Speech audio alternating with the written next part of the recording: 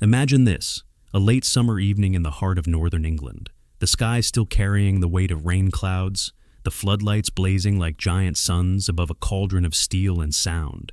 St. James's Park isn't just full tonight, it's vibrating, alive with the voices of more than 50,000 Newcastle fans who believe this is their time, their stage, their chance to humble one of the greats of English football. The black and white scarves whip through the air, drums pound, chants roll across the terraces like thunder.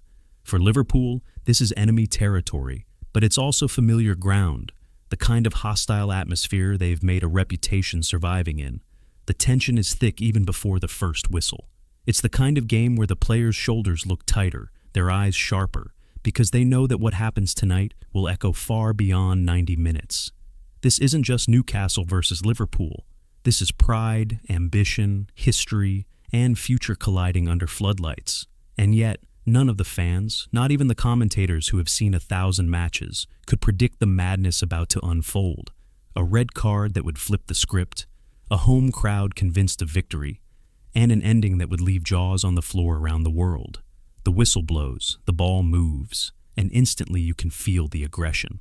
Newcastle push forward, eager to strike first blood, while Liverpool try to settle into rhythm. But then comes the moment that tears the match open. A through ball, a challenge on the edge of the box, a whistle slicing through the noise. The referee reaches for his pocket, and suddenly the captain, Virgil van Dijk, is walking off the pitch. Red card. Liverpool down to 10 men, their leader gone, their strategy ripped to pieces. The roar inside St. James Park is deafening, a celebration not of a goal, but of what the fans believe is inevitable dominance. Twitter explodes, pundits argue, but inside the ground the message is clear. Newcastle smell blood, and Liverpool are wounded. And sure enough, the home side strike. Anthony Gordon, bursting down the left wing with pace and confidence, cuts inside and rifles a low finish into the net. The eruption is volcanic, a wave of sound and joy crashing down. Newcastle are 1-0 up, the fans bouncing, the players strutting, and every neutral watching convinced the match is only going one way. But here's the thing. Liverpool under Jurgen Klopp don't fold, not even when the odds are stacked. 10 men, away from home, down a goal. For them, that's not a death sentence. It's fuel. What follows is not just soccer, it's survival.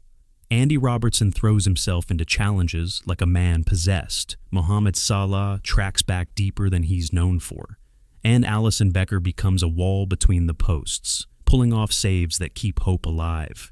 Every clearance is defiance. Every intercepted pass is a statement. We are not done yet. Newcastle keep pushing, wave after wave, but the killer blow doesn't come. The crowd keeps chanting easy, easy, yet the longer the scoreline stays 1-0, the more doubt creeps in. Liverpool limp into halftime, battered but breathing, Klopp clapping his players like warriors. For him, it isn't over. For him, the chaos is just beginning. Second half, Newcastle attack, like predators sensing fear. They create chances, they stretch Liverpool, but again and again the finishing touch eludes them, or Alisson denies them with reflexes that border on superhuman. And then, the twist of destiny enters. 77th minute, Klopp looks down his bench and calls upon Darwin Núñez, the striker mocked for inconsistency, doubted by pundits, labeled wasteful by rivals. On comes Núñez, and within minutes, he changes everything. A ball slips through, he angles his run, and with ruthless precision, smashes it into the far corner. The net ripples, but the bigger sound is silence. The stunned silence of 50,000 Newcastle fans watching a nightmare take shape. From certain victory to sudden doubt, the momentum flips in a heartbeat. Núñez doesn't just celebrate. He explodes, sprinting to the away supporters, fists pounding the air, rage and redemption pouring out of him. Liverpool have clawed it back to 1-1, and now the entire stadium feels the shift. Newcastle still push forward, desperate to reclaim the lead, but their composure is slipping, nerves creeping in. Liverpool, 10 men strong, sense opportunity. And then, in the dying minutes, the dagger. Darwin Núñez. Again, same angle, same ferocity. Another devastating strike into the far corner. It's almost surreal. Lightning has struck twice.